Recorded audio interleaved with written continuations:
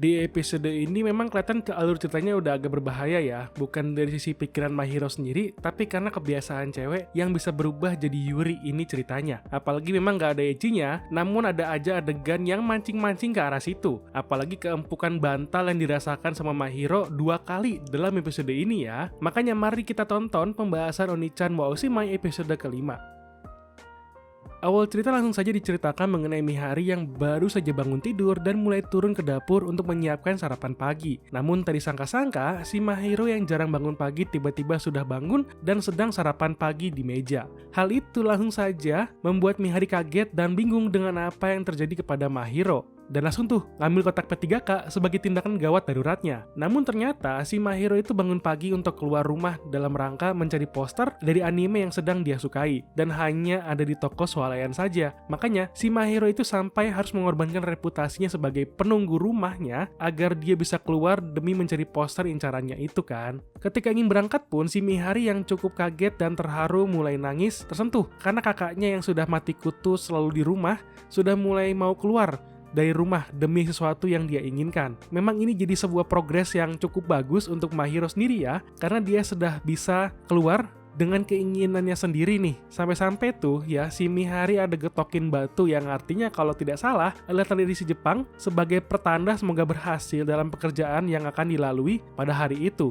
atau sesuatu yang akan dilakukan hari itu juga, atau untuk sebuah perlindungan dari setan yang ingin mengganggu. Revisi ya kalau salah teman-teman, soalnya itu yang saya tahu maksudnya. Setelah berhasil membeli semua poster yang dia inginkan, Mahiro yang sedang duduk di tempat duduk umum mulai beristirahat dan tiba-tiba melihat sekitar bahwa dia sedang dilihat oleh banyak orang dan mulai sadar bahwa cara duduknya yang salah, di mana dia tidak duduk seperti perempuan tetapi seperti laki-laki yang mengangkat kakinya satu seperti laki-laki yang bikin cowok-cowok jadi keganjenan ya ngeliatin dia. Ketika dia ingin pulang, dia pun tiba-tiba melihat iklan dari Game Center di mana itu adalah tempat yang berisikan banyak permainan seperti Time Zone. Ketika dia masuk pun ada banyak referensi game seperti Guilty Gear yang cukup menarik untuk dimainkan ya. Si Mahiro itu yang biasanya main game berantem pun mengurungkan niatnya karena dia melihat banyak sekali cowok-cowok yang main game itu dan jarang ada perempuannya. Mahiro pun langsung berjalan menuju tempat foto booth yang biasanya dipakai oleh perempuan atau pasangan untuk berfoto bersama. Yang anehnya, memang dalam lorong itu ada peraturan untuk yang sesama laki-laki itu tidak boleh berfoto bareng dan harus berpasangan atau memang cewek dengan cewek. Jadi apakah itu bentuk sebuah penolakan orang Jepang terhadap orang yang menyukai sama jenis ya? Tapi ya itu menjadi salah sebuah hal yang bagus sebenarnya menurut saya. Setelah asik untuk berfoto-foto, akhirnya Mahiro yang sudah selesai mengambil foto yang dihasilkan langsung saja nyengir sendiri ketika melihat betapa imut dirinya di dalam foto. Dan ketika itulah si Mahiro tersadarkan lagi karena dia itu laki-laki dan bukan perempuan, yang langsung saja kabur ketika melihat ada segerombolan perempuan yang baru saja mau masuk ke foto booth-nya. Kayaknya itu segerombolan cewek bakal ketemu lagi ya ketika nanti dicerita si Mahiro yang sudah masuk ke sekolah lagi. Saat bermain game musik pun, Mahiro tiba-tiba disamperin oleh orang di belakangnya. Dia sempat berpikir ada apa dengan orang ini yang tiba-tiba ngedeketin dia dari belakang. Dan ketika dilihat, ternyata itu adalah bapak-bapak Satgas Disiplin yang memantau anak-anak yang bolos sekolah untuk orang-orang Jepang. Ketika itulah, Mahiro langsung saja pulang dan menangis ketakutan ke Mihari karena dia habis dilabrak sama om-om Satpol PP orang Jepangnya. Apalagi memang sering banyak anak bolos yang bolos ke game center ya.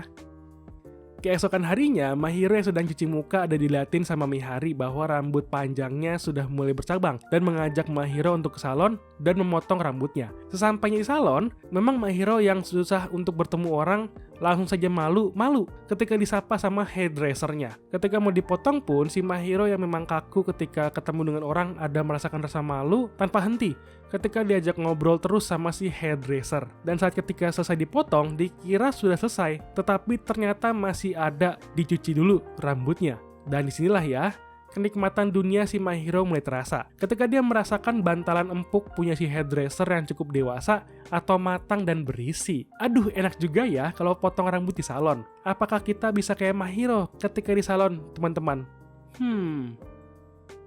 Selesai dikeramas, baru deh ada perawatan rambut lagi dan tentu saja si hairdresser tidak berhenti untuk ngobrol dengan Mahiro. Dan pilihan terakhirnya adalah untuk tidur, untuk menghindari obrolan dari si hairdressernya. Ketika sudah selesai, Mahiro pun bangun dan melihat rambutnya yang sudah berubah jadi tuan putri yang cantik. Dan Mahiro terlihat suka ya dengan hal itu. Pada saat pulang pun, ketika dalam perjalanannya, Mahiro udah menanyakan apakah rambutnya akan seperti itu selamanya. Namun sayangnya, rambutnya akan kembali seperti semula dalam waktu dekat, dan untuk perawatannya itu lumayan sulit, apalagi jika ke salon setiap hari akan memakan biaya yang tidak sedikit. Makanya si Mihari ada memberikan struk salon perawatan rambut ke Mahiro, dan dilihat bahwa harga perawatan rambut doang nih teman-teman mahal banget ya. Dan ini beneran terjadi ya, di Indo juga sama. Makanya untuk teman-teman yang punya pacar atau istri dan ingin cantik terus, perbanyak duit kalian dan bawa mereka untuk perawatan.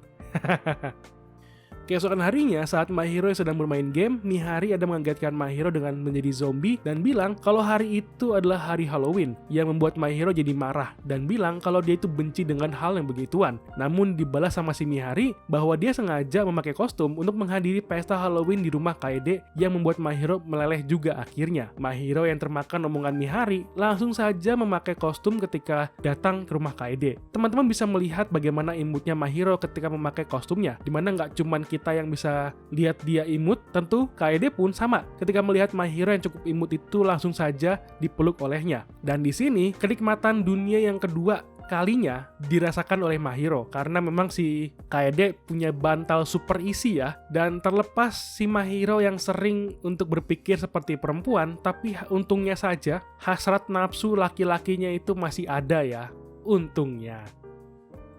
Ketika mereka sudah mulai masuk ke rumah, Kaede dan Mihari yang sedang masak menyuruh Momiji dan Mahiro untuk bermain bersama dulu. Di sini Momiji ada meminjamkan bajunya untuk Mahiro. Ketika dipakai, memang kita bisa mendapatkan pandangan yang menarik di mana Mahiro ada menyayangkan kenapa Kaede dan Momiji tidak memakai kostum ketika acara Halloween ya, karena dia ingin melihat Kaede yang memakai kostum Halloween juga. Tentu, Momiji yang menyadari bahwa kakaknya itu punya badan yang cukup bagus dan bahenol lah ya, kalau bisa dibilang itu si Kaede jika di animenya. Tapi hal itu cukup membuat Momiji jadi agak minder dengan dadanya sekarang yang tidak bisa tumbuh seperti si Kaede. Momiji yang masih kecil seperti itu pun sudah memikirkan mengenai badannya dan mulai menanyakan hal sensitif ke Mahiro mengenai apakah jika dadanya diremas terus akan bisa membesar seiring waktu berjalan. Ini pertanyaan yang cukup membuat Mahiro jadi agak canggung ya, karena kan dia kan cowok. Ya mana tahu ya mengenai hal begituan. Tapi Momiji yang mendekat ke muka Mahiro malahan memberikan vibe Yuri gitu ya teman-teman untuk ceritanya. Apalagi ketika Kaede datang, mereka malah malu-malu gitu. Apakah ini pertanda bahwa memang ada sedikit gambaran mengenai keyurian gitu dalam ceritanya?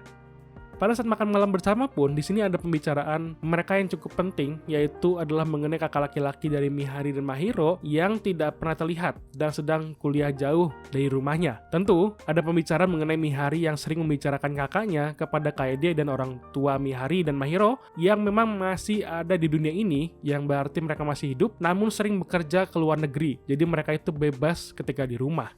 Keesokan harinya, Mahiro kedatangan tamu yaitu Momiji yang tiba-tiba membawa teman-teman sekolahnya, di mana mungkin ini adalah cerita awal Mahiro yang akan kembali bersekolah di tingkatan SMP bersama Momiji dan teman-temannya. Dan inilah mungkin awal cerita atau trigger awalnya si Mahiro itu bisa masuk ke sekolah SMP lagi. Waduh. Oke, bagaimana menurut kalian yang sudah nonton animenya? Tulis kolom komentar ya. Jika kalian suka dengan pembahasan dalam video ini, silakan di like, subscribe, dan bantu share ya. Terima kasih sudah menonton, sampai jumpa lagi.